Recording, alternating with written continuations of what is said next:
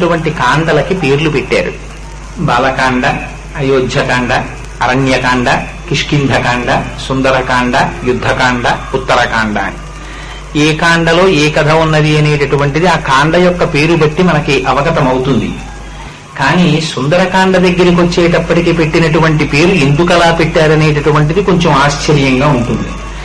అందులో ఉన్నటువంటి కథా వృత్తాంతాన్ని బట్టి వేరొక పేరు పెట్టవచ్చు, కానీ అలా పెట్టలేదు మహర్షి. దానికి సుందరకాండ అని పేరు పెట్టారు. ఏమిటి అందులో ఉన్న సౌందర్యం? అందులో ఉన్నటువంటి సౌందర్యం బహుభంగిమల కనపడుతుంది. కథ విశేషమైనటువంటి కథ. బాహ్యమునందు సౌందర్యము చూద్దామా? రామచంద్రమూర్తి కన్నా సుందరమైనటువంటి స్వరూపము వేరొకటి ఉండదు. పుంసాం మోహన రూపాయ పుణ్యశ్లోకాయ మంగళం అని సర్వసంగ పరిత్యాగులై బ్రహ్మమును తెలుసుకోవడం కోసమని తపించేటటువంటి మహర్షుల సైతము అరణ్యములో రామచంద్రమూర్తి వెడుతుంటే ఆయన యొక్క స్వరూపాన్ని చూసి మోహించినటువంటి వారు. అంతటి మహోత్కృష్టమైన స్వరూపం రామచంద్రమూర్తిది.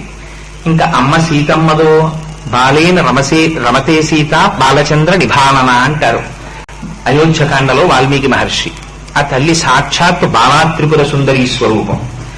ఎంతటి సదసద్రూపధారిణి కాకపోతే, ఎంతటి మాయాశక్తి కాకపోతే, అదే శిశుపావృక్షం కింద కూర్చున్నటువంటి తల్లి ఎదురుగుండా నిలబడి మాట్లాడుతున్నటువంటి రావణాసురుడికి ఒకలా కనపడడమా? అదే శిశుపావృక్షం పైన కూర్చున్నటువంటి హనుమకి తాం నీలకేశీం బింబోష్ఠీం సుమభ్యాం సువ్యవస్థితాం సీతాం పద్మపలాసాక్షీం మన్మథస్య రతిర్యధ అని కనపడ్డమా? ఆ తల్లి తను దర్శనమివ్వడం చేత ఒకరిని సంహరిస్తోంది, తను దర్శనమిచ్చి ఒకరిని చిరంజీవిని చేస్తోంది. అంత మాయామోహితమైనటువంటి శక్తి స్వరూపము అమ్మవారిది. అటువంటి త్రైలోక్యమాత లక్ష్మి, ఆ తల్లి ఆవిడ యొక్క సౌందర్యం ఏమిటి? అమ్మవారి సౌందర్యం అందులో రామచంద్రమూర్తి గురించి అమ్మవారు చేసినటువంటి ఘోరమైనటువంటి తపస్సే అమ్మవారి సౌందర్యం. కాదు కాదు, అన్నిటికన్నా గొప్ప సౌందర్యం సుందరకాండలో ఉపాసనా రహస్యం. హనుమ సుందరకాండలో బయలుదేరినది నేను సీతమ్మ తల్లిని వెతుకుతానని బయలుదేరారు. బయలుదేరి 100 యోజనముల సముద్రాన్ని గడచి ఆవలి ఒడ్డుకు వెళ్లారు. వెళ్లి చతురంగుల మాత్రోపి నావకాశస్య విద్యతే రావణాంతఃపురే తస్మిన్ ఎంకపిర్ నజగాయసహ అన్నారు. నేను 4 అంగుళములు కూడా విడిచిపెట్టకుండా లంకాపట్టణాన్నంతటినీ శోధించానన్నారు. అంత శోధించినటువంటి హనుమకి చిట్ట చివర శిశుపావృక్షం మీద కూర్చుని ఉండగా కింద సీతమ్మ తల్లి దర్శనమైంది. ఏమనాలి హనుమ?